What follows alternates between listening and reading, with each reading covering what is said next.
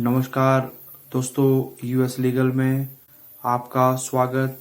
और आज हम बात करेंगे राणा अयूब की। और राणा अयूब एक पत्रकारिता से संबंध रखती है और उसके साथ साथ राणा अयूब हमेशा से ही कंट्रोवर्सी में रही है और उनके द्वारा फंड को इकट्ठा किया गया। और उसके बाद ये फंड इसलिए इकट्ठा किया गया ताकि जो व्यक्ति झुग्गी झोपड़ी और किसान और उसके साथ साथ कोविड-19 के लिए राणा अयूब के द्वारा फंड को एकत्रित किया गया। और फंड को इकट्ठा करने के बाद किटो प्लेटफॉर्म के द्वारा शिकायत को दर्ज किया गया और उसके साथ साथ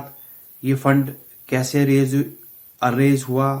कहाँ से अरेज हुआ और ये फंड कहाँ से आया। बेसिकली ये फंड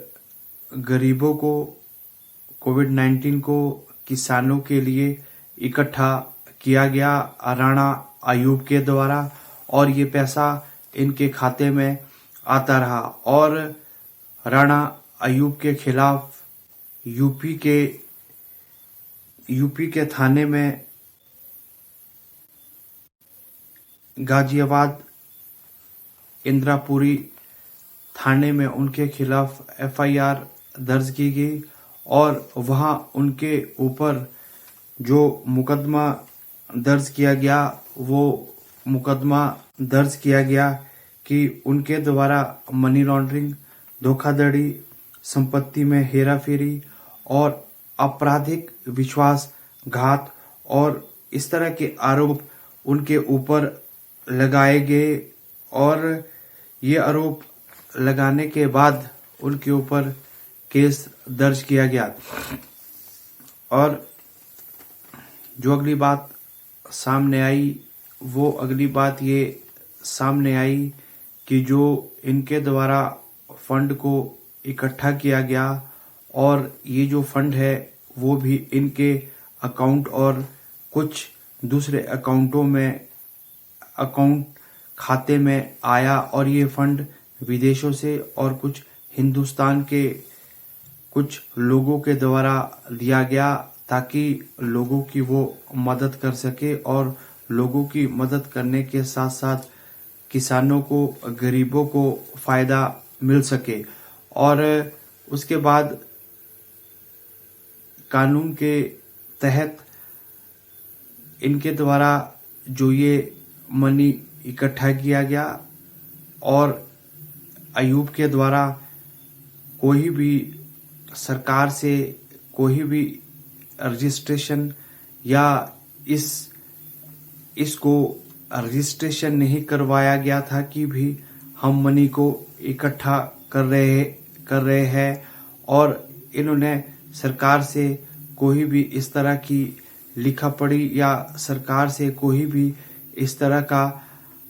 पत्र नहीं लिया जहां पर ये इस तरह की चीजों को रजिस्टर कर सके। और ये एक जो ये पैसा इनके खाते में आ रहा था वो टोटल अनरजिस्टर्ड था और अनएथिक था। और उसके बाद राणा अयूब के ऊपर जो आईपीसी की धारा को लगाया गया और जो फर्स्ट प्राथमिकता के तहत उनके ऊपर एफआईआर की गई वो कौन सी धारा है। शिकायत के आधार पर राणा के खिलाफ आईपीसी की धारा 403, 406, 418 और 420 और आईआईटी के अधिनियम की धारा 66D और मनी लॉन्ड्री एक्ट 2002 की धारा 4 के तहत एफआईआर दर्ज की गई। और उसके बाद राणा अयूब के द्वारा अपना लिखा पढ़ी दी गई और उन्होंने कहा कि उन्होंने लगभग 2.69 करोड़ मनी को इकट्ठा किया और ये सारा पैसा उनके खाते में और कुछ अलग एनजीओ खाते में आया और उसके बाद उनके द्वारा कहा गया कि 1.25 करोड़ रुपए की जो मनी है वो उनके द्वारा लोगों में आवंटित किया गया और लगभग 90 लाख रुपए की राशि उन्हें टैक्स के तौर पर सरकार को भी पे करनी है और 54 लाख रुपए इस तरह के हैं जो अभी कुछ लोगों को देने बाकी है और कुछ लाभार्थी देने को बाकी है और अभी लगभग 1.5 करोड़ रुपए इस तरह के हैं जो अभी भी खाते में संचालित है और उसका अभी तक आवंटन नहीं किया गया है। पर अयूब के द्वारा ब्यौरा दिया गया कि उन्होंने जो ये फंड को इकट्ठा किया है, कुछ फंड को उनके द्वारा विदेशों को वापस भेज दिया गया है और कुछ फंड उनके द्वारा अब लोगों में सेपरेट करना है, लोगों को देना है और इसके तहत पुलिस के द्वारा ये धाराएं उनके ऊपर संचालित की गई है और बाकी तो